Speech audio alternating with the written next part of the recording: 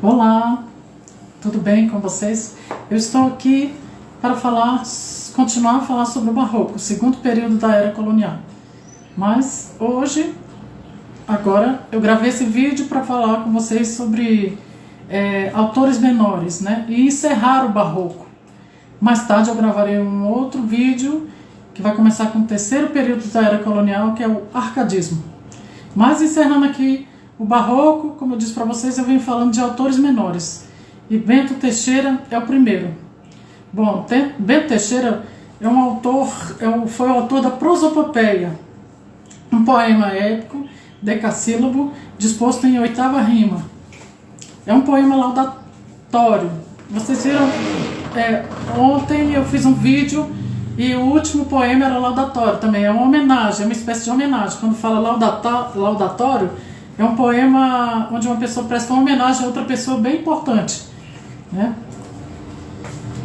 Então, o Bento Teixeira, né, ele fez esse poema para Jorge de Albuquerque Coelho, donatário da capitania de Pernambuco. Esse poema, ele imita os Lusíadas, lembra os Lusíadas lá da literatura portuguesa? Ele tem a ressonância do ambiente da colônia, ele descreve a natureza, e ele está descrevendo a natureza do Recife de Pernambuco, né? Olinda, celebrada, né?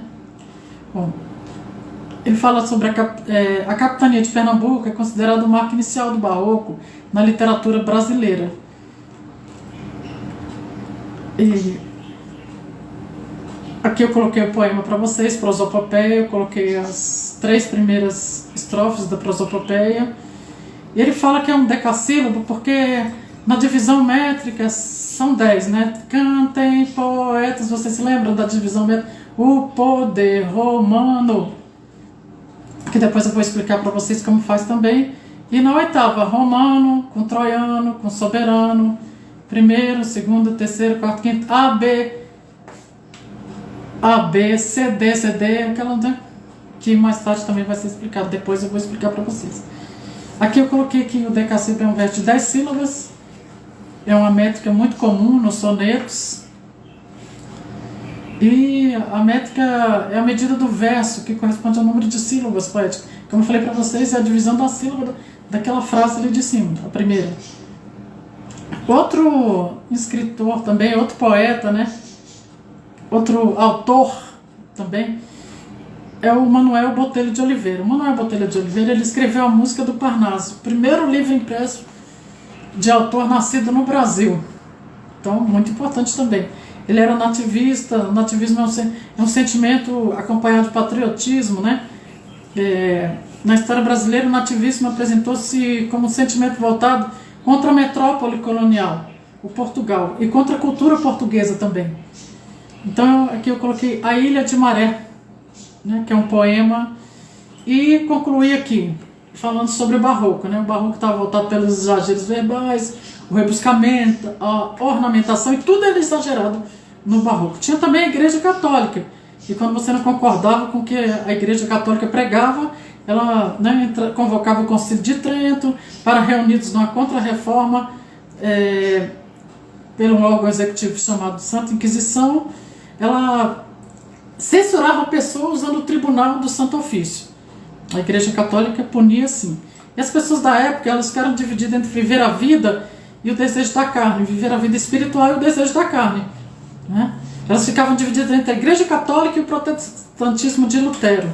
O autor Gregório de Matos Guerra, ele criou uma literatura que expressa o conflito entre o homem em face da vida, e eu coloquei um verso aqui: e na alegria, sinta-se a tristeza, diz o verso de Gregório de Matos. Bom, o cultismo e o gongorismo na poesia, o jogo de palavras, o jogo de ideias, eles eram usados para enganar o clero, como eu disse nas outras aulas. O clero julgava rigidamente quem não pensava, quem não concordava com a igreja. As figuras de linguagem e um jogo de palavras de difícil entendimento eram usados também para passar por esse controle rígido da igreja, né? E é isso aí, gente. Boa sorte, bons estudos.